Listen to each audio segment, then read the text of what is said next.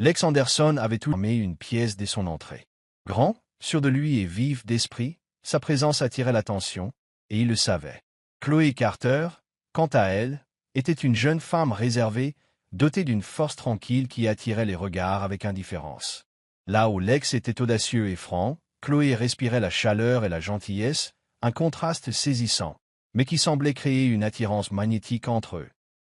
Ils se rencontrèrent par une fraîche soirée d'automne, lors des fiançailles d'un ami commun. L'air était empli de rire, de verres qui s'entrechoquaient et d'un léger parfum de citrouille épicée qui flottait dans la pièce. Chloé se tenait près du buffet, aidant un enfant à prendre une assiette de biscuits, lorsque Lex la remarqua pour la première fois. « Besoin d'aide » demanda-t-il avec son sourire caractéristique.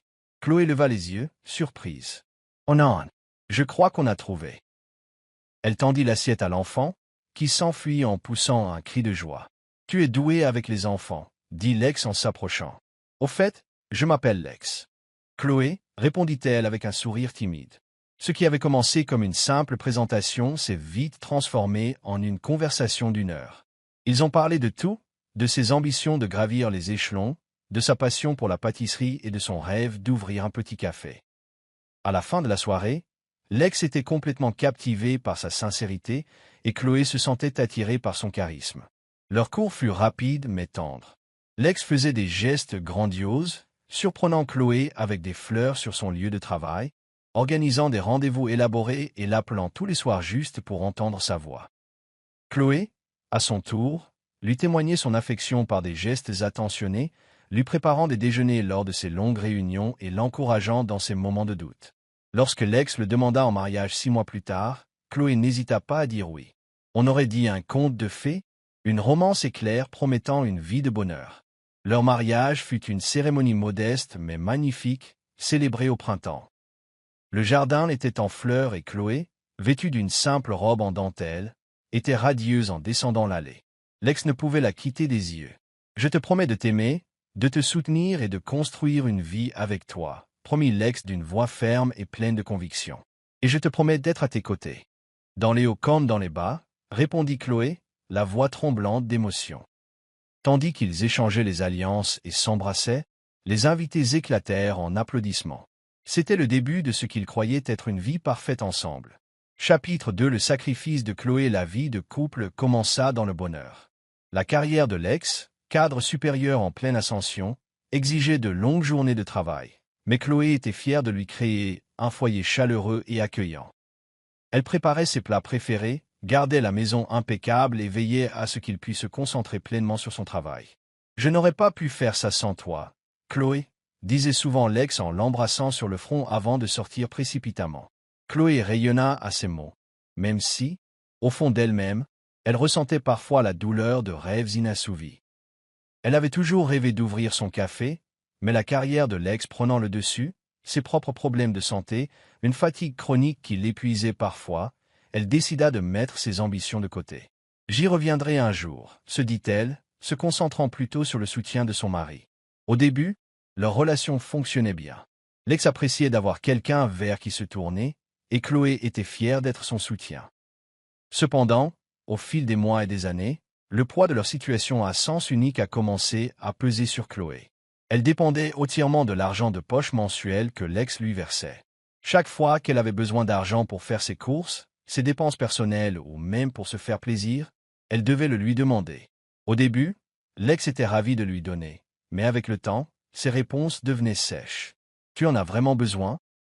demanda-t-il un soir, alors que Chloé réclamait de l'argent supplémentaire pour un rendez-vous chez le médecin. « Oui, c'est pour mon examen, » répondit-elle d'une voix douce.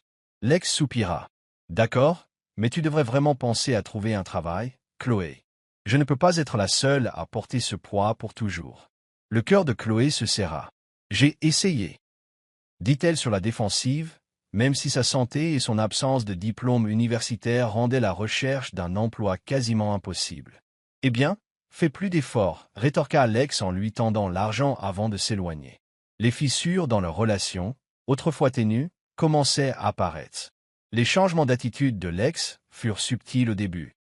Il commença à rentrer plus tard que d'habitude, éludant les questions de Chloé par de vagues explications sur des réunions de travail ou des événements de réseautage. La chaleur qui caractérisait autrefois leur relation fit place à une indifférence glaciale. Chloé le remarquait dans les petits détails. La façon dont l'ex ne demandait plus comment s'était passée sa journée, dont il évitait le contact visuel pendant le dîner, ou dont il touchait à peine au plat qu'elle préparait avec tant de soin. Les nuits autrefois remplies de rires et de conversations se passaient désormais en silence, l'ex rivé à son téléphone ou à son ordinateur portable. Un soir, Chloé décida d'aborder la distance grandissante qui les séparait. Elle avait passé des heures à préparer son plat préféré, du saumon au four avec une sauce au beurre citronné, dans l'espoir de créer un semblant de connexion. Le dîner sent divinement bon, dit l'ex en s'asseyant, mais le compliment lui parut creux. Je pensais qu'on pourrait manger ensemble ce soir, dit Chloé en esquissant un sourire. Bien sûr, répondit-il, les yeux rivés sur son téléphone. Pendant qu'il mangeait, Chloé trouva le courage de parler. Lex, tout va bien? Tu as été si distant ces derniers temps. Il leva les yeux, surpris. De quoi parles-tu? J'étais juste occupé avec le travail. Je sais, mais j'ai l'impression que tu n'es plus là. Comme si tu ne voulais plus y être, dit-elle d'une voix tremblante. Lex soupira et posa sa fourchette. Chloé, tu te prends trop la tête. Je travaille dur pour subvenir à nos besoins. Le moins que tu puisses faire, c'est de ne pas en faire tout un plat. Ces paroles le blessèrent, mais Chloé hocha la tête, ne voulant pas le pousser plus loin. Les jours devinrent des semaines, et la distance ne fit que grandir. Chloé commença à remarquer d'autres signes. L'envie soudaine de l'ex de s'habiller mieux, sa façon de protéger son téléphone comme s'il contenait des secrets d'État, et la légère odeur florale sur ses chemises, qui n'était pas la sienne. Tard un soir, alors que l'ex prenait sa douche, la curiosité de Chloé l'emporta. Elle déverrouilla son téléphone avec le code qu'elle connaissait et parcourut ses messages. Son cœur se serra lorsqu'elle vit les textos d'une femme nommée Charlotte. « J'ai hâte de te voir demain. Hier soir, c'était génial. Lex Perel, tu es incroyable. » Les mains de Chloé tremblaient tandis qu'elle fixait l'écran. Les larmes brouillaient sa vision, mais elle verrouilla rapidement le téléphone et le remit sur la table de nuit, tel qu'elle l'avait trouvé. Quand l'ex sortit de la douche, elle était assise au bord du lit, le visage pâle et les yeux rouges. « Qu'est-ce qui ne va pas ?» demanda-t-il, feignant l'inquiétude. « Rien, » murmura Chloé, incapable de l'affronter. Elle n'était pas prête à affronter la vérité, même si elle était sous ses yeux. Le poids de ses soupçons consumait Chloé. Elle passa des nuits blanches à se demander ce qu'elle avait fait de mal, pourquoi l'ex s'était éloigné et si leur mariage valait la peine d'être sauvé. Elle a même essayé de parler à sa meilleure amie, Lily, qui lui a conseillé d'affronter l'ex directement. « Tu mérites des réponses, Chloé, » a dit Lily. « Tu as tant donné à ce mariage. Ne le laisse pas te traiter ainsi. » Mais Chloé ne parvenait pas à se défaire de la peur de le perdre complètement. Elle s'accrochait à l'espoir qu'il changerait, que l'homme dont elle était tombée amoureuse était toujours là, enfoui sous son apparence froide. L'ex, quant à lui, menait une double vie. Au travail, il était l'image même de la réussite, un cadre confiant et ambitieux, capable de charmer n'importe qui. En dehors du travail, il passait de plus en plus de temps avec Charlotte, une femme rencontrée lors d'un événement de réseautage. Charlotte était tout ce que l'ex trouvait excitant, audacieuse, séductrice et décomplexée. Elle le faisait se sentir vivant comme il ne l'avait pas ressenti depuis des années. Mais son charme avait un prix, que l'ex n'était pas encore prêt à admettre. Un soir, Chloé décida de faire un dernier effort pour sauver leur relation. Elle proposa qu'ils aillent dîner au restaurant, espérant raviver la flamme qui brûlait autrefois si fort entre eux. « Pas possible ce soir, » dit l'ex en levant à peine les yeux de son ordinateur portable. « J'ai un rendez-vous. » Chloé a eu un pincement au cœur. « Encore un? Lex, on ne passe plus jamais de temps ensemble. »« Écoute, Chloé, » dit-il d'un ton sec. « Je fais tout ce que je peux pour maintenir ce mariage à flot. Peut-être que si tu y mettais plus d'efforts, tu ne te sentirais pas aussi négligé. » Ces paroles lui transpercèrent le cœur. Pour la première fois, Chloé ne chercha pas à protester. Elle hocha simplement la tête et s'éloigna, son moral un peu plus brisé à chaque pas. L'hiver glacial resserrait son emprise sur la ville à mesure que l'année touchait à sa fin, et l'ex était, comme d'habitude, distant et préoccupé. Un matin, alors que Chloé préparait le petit déjeuner, l'ex évoqua un banquet officiel organisé par son entreprise. « J'ai besoin que tu viennes avec moi, » dit-il d'un ton désinvolte en beurrant ses tartines. Chloé leva les yeux, surprise. Cela faisait des mois que l'ex ne l'avait pas invité à un événement. « Tu veux que j'y aille » répondit-il sèchement. « C'est important pour les apparences. Les partenaires apprécient les mariages stables. » Le mot les a blessés, mais Chloé a acquiescé. Elle n'était pas là en tant que partenaire. Elle n'était qu'un accessoire, un outil pour renforcer son image. Pourtant, elle s'accrochait au faible espoir que cet événement soit l'occasion de renouer avec lui.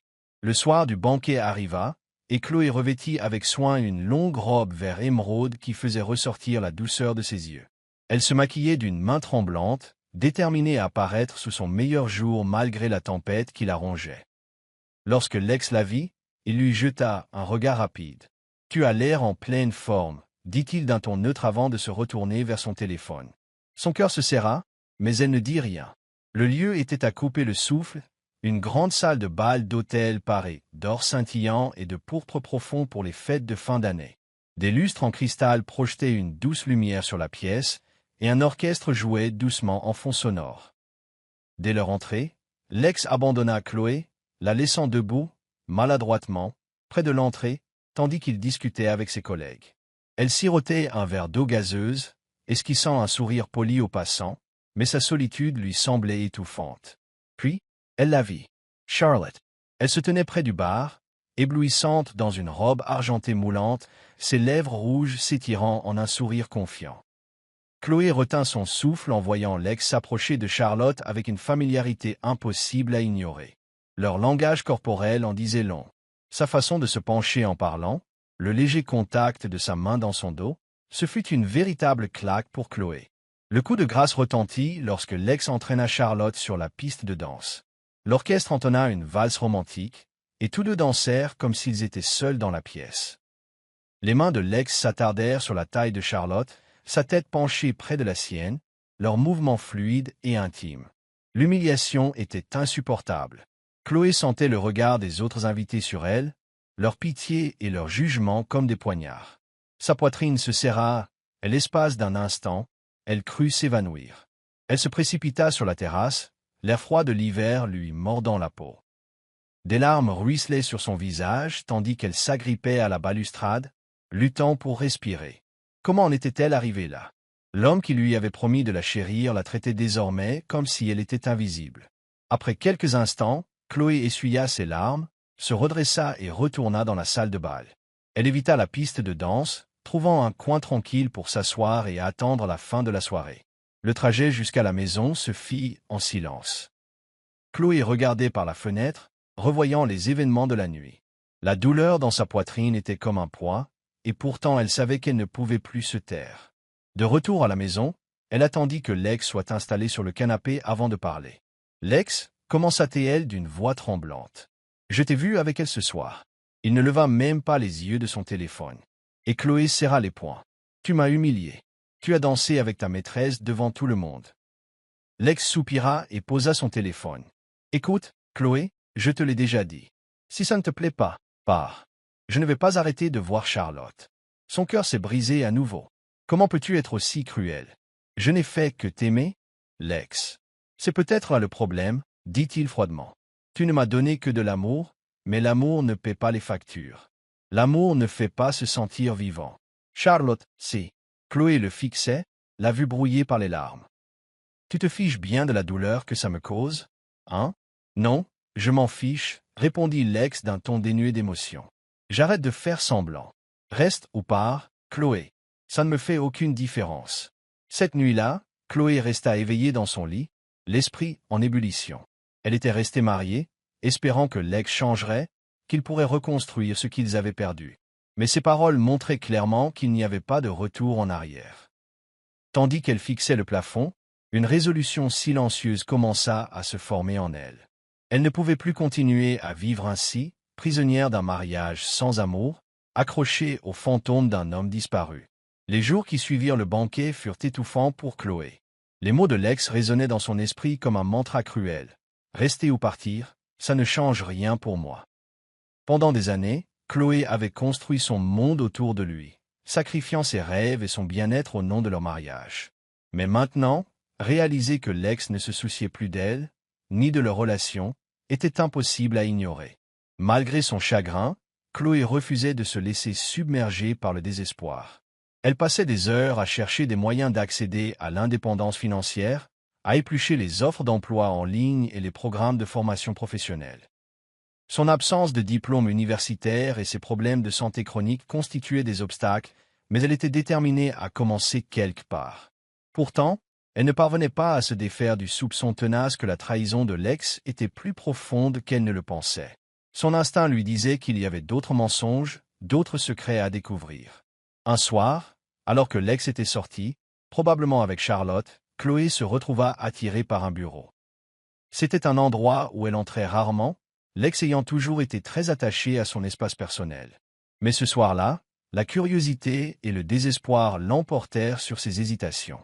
Elle ouvrit son ordinateur portable et saisit le mot de passe qu'elle avait vu utiliser d'innombrables fois. Le bureau se chargea, dévoilant une mer de documents professionnels et de mails. Au début, tout semblait banal. Feuilles de calcul, rapports et présentations. Mais soudain, enfouie dans un dossier personnel, Chloé trouva quelque chose qui lui fit mal au cœur. Des dizaines de mails et de messages ont été échangés entre l'ex et plusieurs femmes, et pas seulement Charlotte. Certains contenaient des photos osées, d'autres des plans détaillés de rendez-vous dans des hôtels de luxe. Un fil de discussion en particulier a retenu mon attention. Une conversation entre l'ex et une femme nommée Vanessa, où ils plaisantaient sur le fait de garder leur liaison secrète. Les mains de Chloé tremblaient tandis qu'elle parcourait les messages. La trahison n'était pas seulement émotionnelle, elle était systématique et délibérée.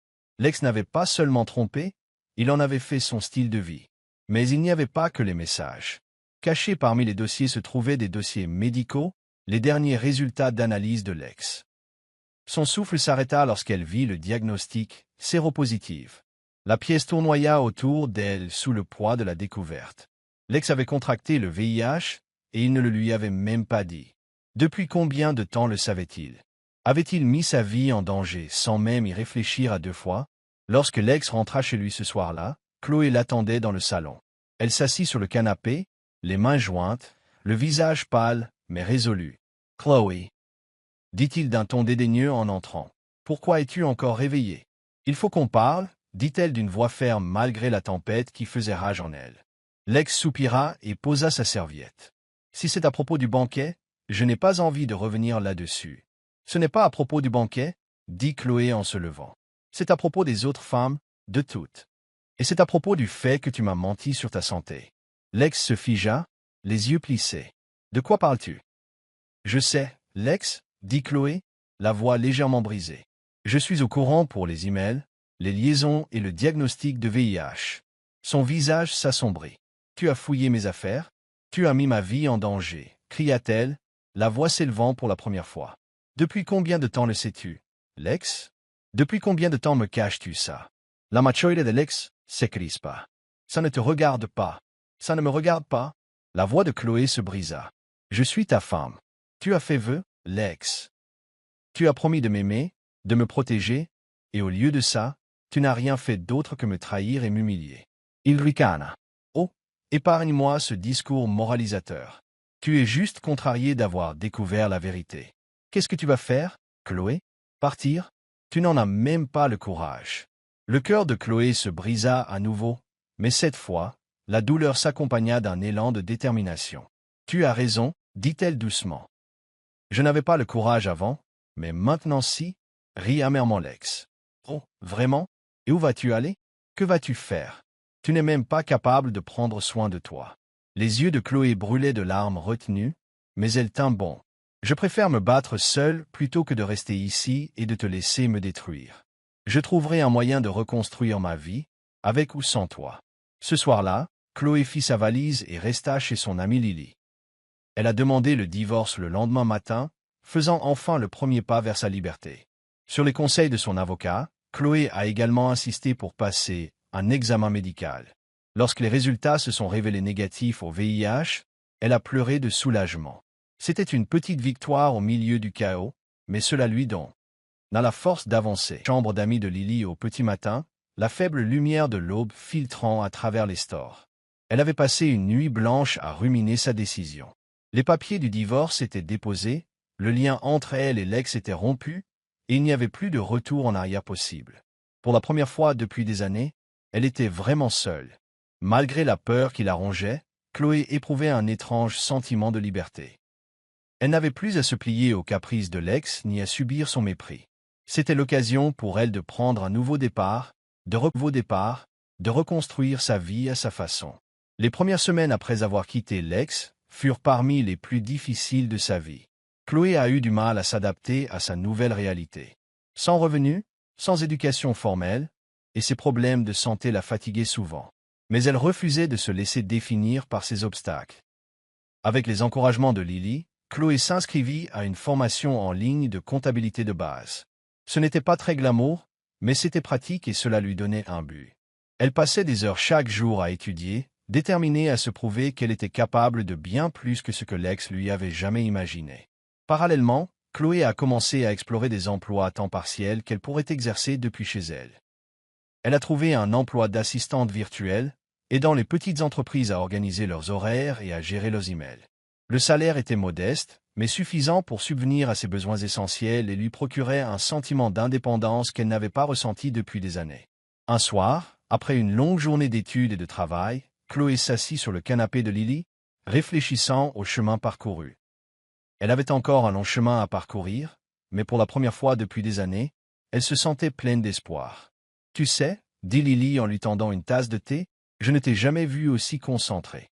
C'est comme si tu étais une personne complètement différente. » Chloé sourit faiblement. « Je crois que je commence enfin à croire en moi. L'ex m'a fait sentir comme si j'étais inutile, mais je réalise maintenant qu'il avait tort. Je peux le faire. » « Tu peux absolument le faire, » dit Lily fermement. « Et tu n'es pas seule. Je suis là pour toi à chaque étape. » Les mois ont passé et Chloé a continué à grandir. Elle a terminé sa formation en comptabilité et obtenu une certification, ce qui lui a ouvert les portes d'opportunités mieux rémunérées. Elle a emménagé dans un petit appartement, un espace confortable qui lui donnait l'impression d'être un sanctuaire. L'ex, quant à lui, était en pleine crise. Sa santé se détériorait rapidement et, à mesure que la nouvelle de son diagnostic de VIH se répandait, ses maîtresses l'abandonnaient une à une. Il contacta Chloé à plusieurs reprises, laissant des messages vocaux remplis d'excuses et de supplications. Mais Chloé ne répondit jamais.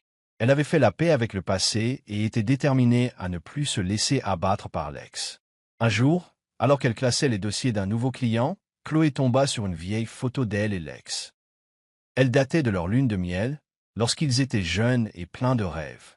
Elle fixa longuement la photo, les larmes aux yeux. Elle n'était plus en colère, ni triste. Au contraire, elle ressentait un profond sentiment de paix. La femme sur cette photo était naïve et dépendante, prête à tout sacrifier pour quelqu'un qui ne l'appréciait pas. Mais elle avait disparu. Chloé rangea la photo dans un tiroir et retourna à son travail, un léger sourire aux lèvres. Le temps, implacable, s'avérait cruel pour l'ex. L'homme autrefois dynamique et confiant qui dominait les pièces d'un seul regard se retrouvait désormais affaibli par ce corps même qu'il considérait autrefois comme acquis. Il ne pouvait échapper à l'inévitable. Le VIH s'était enraciné dans son organisme, malgré la richesse et les relations s'accumulaient au fil des ans, rien ne pouvait le protéger du lent et douloureux déclin qui l'attendait.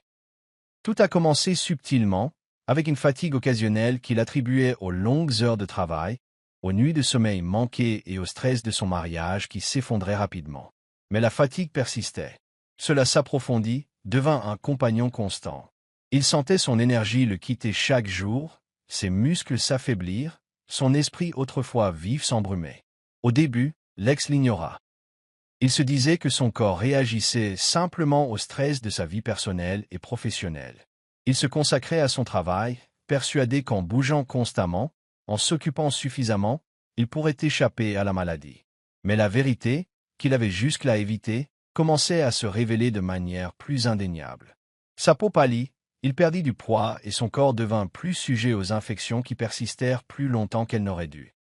Un matin, il se réveilla en sueur froide, le corps tremblant de façon incontrôlable. Sa fièvre était élevée et il avait l'impression que son corps était déchiré. Il réussit à se traîner jusqu'à la salle de bain, observant son reflet dans le miroir avec une inquiétude croissante. L'homme qui le fixait était un inconnu, hagard, faible et plus âgé que son âge. Désespéré, l'ex consulta plusieurs médecins. Après tout, sa fortune lui permettrait d'accéder aux meilleurs soins. Il s'attendait à ce qu'on lui dise que ce n'était qu'une question de temps avant que les symptômes ne disparaissent, que son corps avait simplement besoin de s'adapter aux exigences de la vie. Mais le diagnostic a fait l'effet d'un coup de massue. Le VIH était à un stade avancé. Ses médecins lui ont expliqué la gravité de la situation, la progression du virus et comment, sans traitement immédiat et régulier, les dommages causés à son système immunitaire pourraient devenir irréparables. Ils lui ont prescrit des médicaments, lui décrivant un régime strict susceptible de ralentir la progression du virus, mais le monde de l'ex s'est encore effondré lorsque la réalité l'a rattrapé. Le virus avait déjà causé des dégâts considérables et, sans miracle, il n'aurait peut-être plus longtemps à vivre. L'idée de la mort avait toujours semblé lointaine à l'ex, un concept réservé aux autres, aux faibles, aux malchanceux. Il s'était toujours cru invincible, que sa richesse et son pouvoir le rendaient intouchable. Mais maintenant, assis dans le cabinet blanc et stérile de son médecin, la gravité de sa propre mortalité lui apparaissait douloureusement.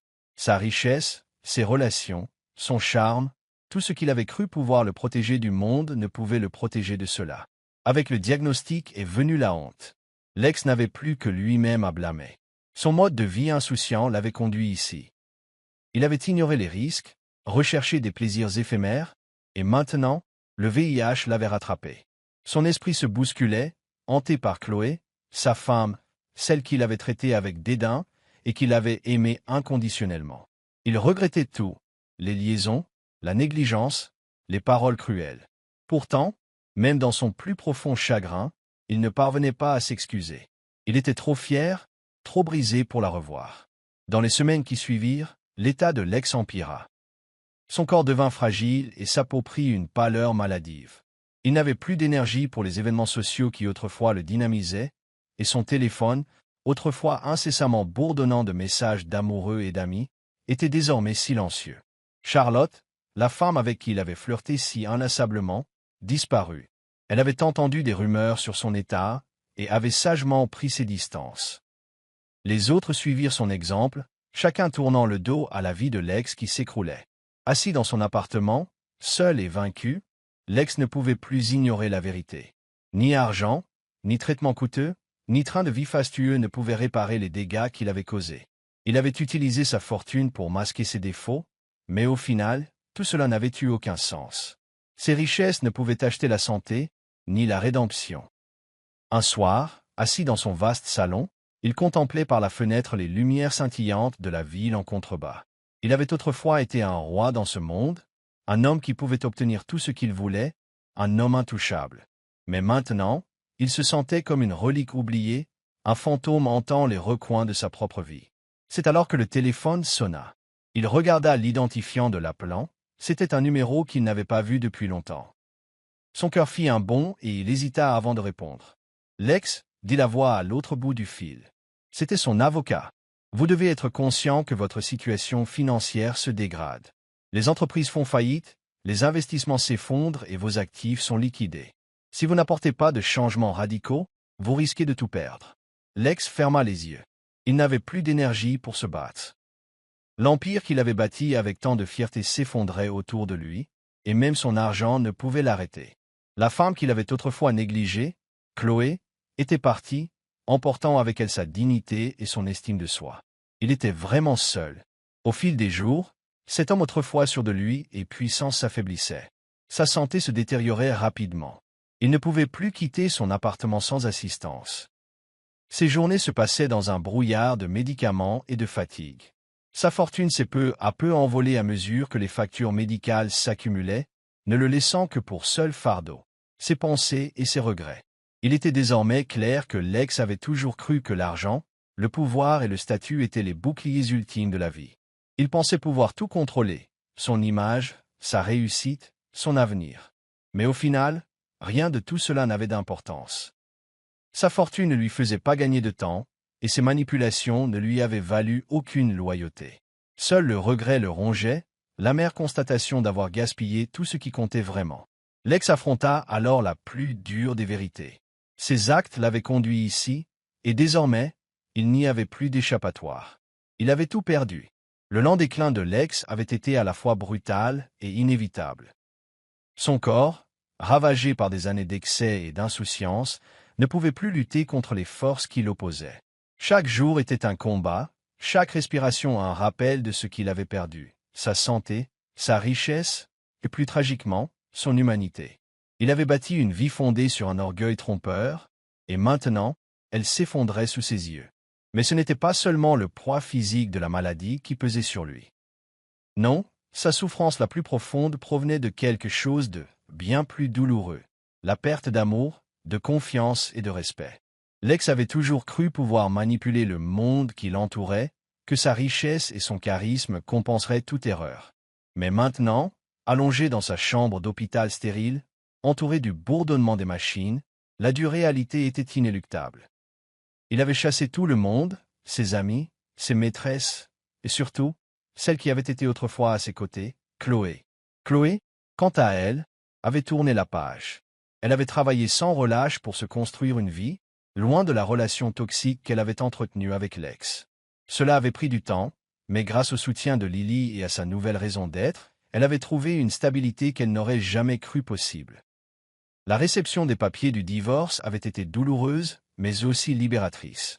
Elle avait vécu trop longtemps sous l'emprise de Lex, et bien que la fin de leur mariage ait été marquée par la trahison et le chagrin, Chloé en était ressortie plus forte.